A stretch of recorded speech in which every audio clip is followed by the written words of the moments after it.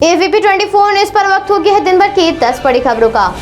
भारत के राष्ट्रपति रामनाथ कोविंद इन दिनों लखनऊ के दौरे पर आए हुए हैं, जिस दौरान वो आयुष विश्वविद्यालय के साथ ही गोरखनाथ विश्वविद्यालय की भी सौगात देंगे।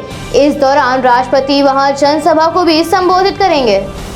राष्ट्रपति के आगमन को लेकर सारी तैयारियां पूरी हो चुकी हैं। इस दौरान राष्ट्रपति जिले के कुछ जनप्रतिनिधियों, व्यापारियों और उद्यमियों से मुलाकात करने के साथ ही भोजन भी वहीं करेंगे। Commissioner Ravi Kumar NG, ADG Akhil Kumar, DM Vijay Kiran Anand, DIG ले रविंद्र गौड़ समेत प्रशासन एवं पुलिस के सभी आला अफसर कार्यक्रम स्थल पर जमे रहकर तैयारियां पूरी कराईं।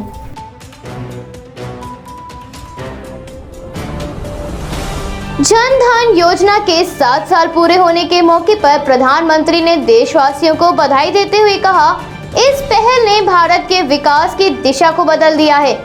इस योजना ने आर्थिक समावेश के साथ अनगिनत भारतीयों को सम्मान का जीवन दिया और उनका सशक्तिकरण किया है। बता दें कि जन धन योजना का ऐलान प्रधानमंत्री ने 15 अगस्त 2014 को लाल किले से अपने पहले संबोधन में किया था। इस कार्यक्रम की शुरुआत 28 अगस्त 2014 को हुई थी। वित्त मंत्रालय के ताजा आंकड़ों के अनुसार फिलहाल इस बैंकिंग सुविधा के साथ 43.04 करोड़ लाभार्थी जुड़े हैं, यानी देश की करीब 32.08% जनता इस योजना के दायरे में है। इसके अलावा फिलहाल इन बैंक अकाउंटों में जमा राशि 146.23 करोड़ बताई गई है।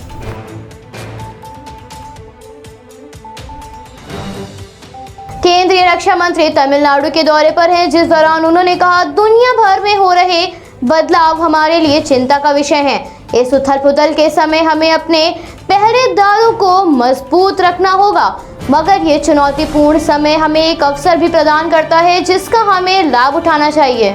आज तमिलनाडु की राजधानी चेन्नई में निगरानी पोत विग्रह को भारतीय तटरक्षक बल में शामिल किया गया है। इस दौरान सेना प्रमुख जनरल MM नरवणे भी मौजूद रहे। इस दौरान रक्षा मंत्री ने आगे कहा, वैश्विक सुरक्षा, सीमा विवाद और समुद्री प्रभुत्व के कारण दुनिया भर के देश अपनी सैन्य शक्ति के आधुनिकीकरण और मजबूत बनाने की दिशा में कार्य कर रहे हैं। हमारा देश इन घटनाओं में अछूता नहीं रह सकता। ये हमारे जैसे देश पर अधिक लागू होता है, एक ऐसा देश होने के नाते जिसका हित सीधे हिंद महासागर से जुड़ा हुआ है।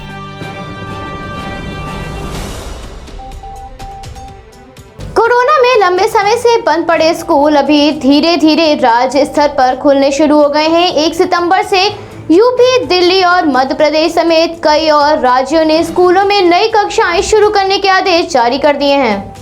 उत्तर प्रदेश में कक्षा 9वीं से 12वीं तक के बच्चों के लिए स्कूल 16 अगस्त को ही खोल दिए गए थे। वहीं अब 1 सितंबर से अब कक्षा 1 से कक्षा 5 तक के बच्चों के लिए स्कूल खोले जाने का आदेश है। दिल्ली में 1 सितंबर से स्कूल, कॉलेज और कोचिंग संस्थान खुल जाएंगे। सभी स्कूलों को चरणबद्ध तरीके से खोला जाएगा। हालांकि दिल्ली में पहले चरण के तहत अभी केवल 9वीं से 12वीं तक के बच्चों के लिए ही स्कूल खोले जाएंगे। मध्य प्रदेश में 1 सितंबर से माध्यमिक विद्यालय भी खुलेंगे। इनमें विद्यार्थियों की उपस्थिति 50% ही रखी जाएगी।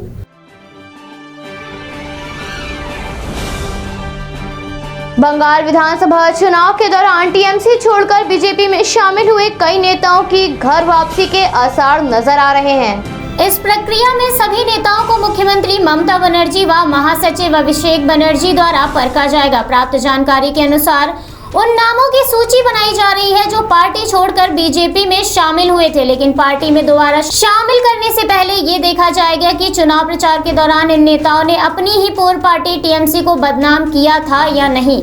पार्टी में दोबारा शामिल होने वाले नेताओं में राजीव बनर्जी व फुटबॉलर से सांसद बने दीपेंदु बिस्वास का नाम सबसे ऊपर है।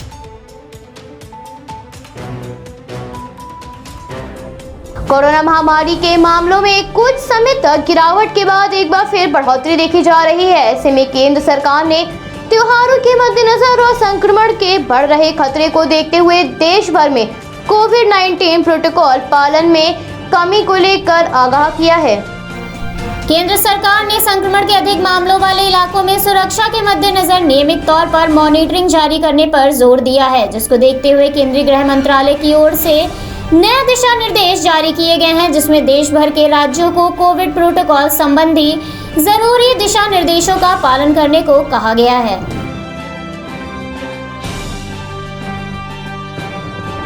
नेशनल कॉन्फ्रेंस के नेता शफकत अली वटाली ने भारतीय मुसलमानों को बदनाम करने का आरोप लगाते हुए कहा, तालिबान, अफगानिस्तान, पाकिस्तान, ISIS और अल-कायदा एक इस्तेमाल सांप्रदायिक ताकतों द्वारा भारतीय मुसलमानों को बदनाम करने के लिए साजिश कर रहा है। नेता शफकत अली वटाली ने आगे कहा, हिंदुओं में असुरक्षा की भावना पैदा करने के लिए ऐसा किया जा रहा है। मूल मुद्दों से राष्ट्र का ध्यान हटाने के लिए बनाई गई सांप्रदायिक नफरत है। इससे पहले इसी महीने की 21 तारीख को जम्मू कश्मीर की पूर्व मुख्यमंत्री महबूबा मुफ्ती ने कहा था, अफगानिस्तान को देखो, जहां से महाशक्ति अमेरिका को अपनी सेना वापस बुलानी पड़ी। अमेरिका बोरिया बिस्तर बांधकर वापस जाने पर मजबूर हो गया। महबूबा मुफ्ती ने कहा, अगर केंद्र सरकार वाजपेयी के सिद्धांत पर वापस नहीं आती और बातचीत शुरू नहीं करती तो बर्बादी होगी।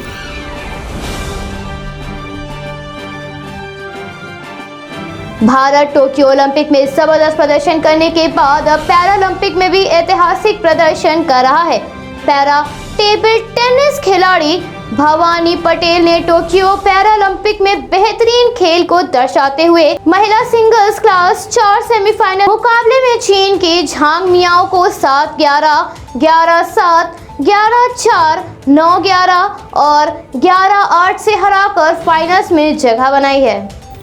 इससे पहले भाविना ने क्वार्टर फाइनल में सर्बिया की खिलाड़ी बोरिस्लावा पेरिच-रांकोविच को 17 मिनट तक चले मुकाबले में 11-5, 11-6 और 11-7 से हराया था। वहीं दूसरी ओर तीरंदाज राकेश कुमार ने राउंड 16 में जीत दर्ज करने में सफल रहे। मुकाबले में उन्होंने हांगकांग के चुएन नगाई को 144 से 131 के अंतर से हराया। कुमार का अब अगला मैच 31 अगस्त को होगा।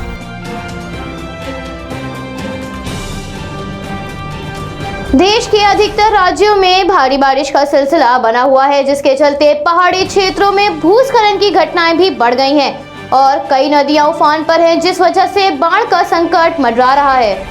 भारतीय मौसम विज्ञान विभाग ने उत्तर प्रदेश के कटरौली, मेरठ, बागपत, नजीबाबाद और आसपास के क्षेत्रों में बारिश होने का अनुमान जताया है।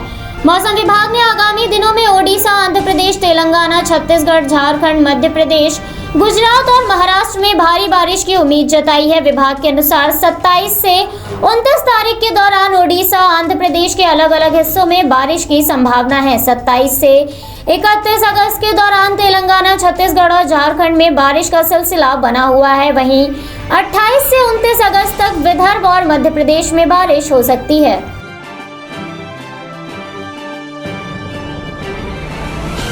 कोरोना की दूसरी लहर का असर अब कम हो गया है, मगर संक्रमण के मामलों में उतार चढ़ाव का सिलसिला बना हुआ है। मगर आज संक्रमण के मामलों में बढ़ोतरी देखी गई है। केंद्रीय स्वास्थ्य मंत्रालय से प्राप्त जानकारी के अनुसार पिछले 24 घंटों में कोविड-19 के 46,759 मामले सामने आए हैं और 509 लोगों की संक्रमण के चलते जान चली गई है।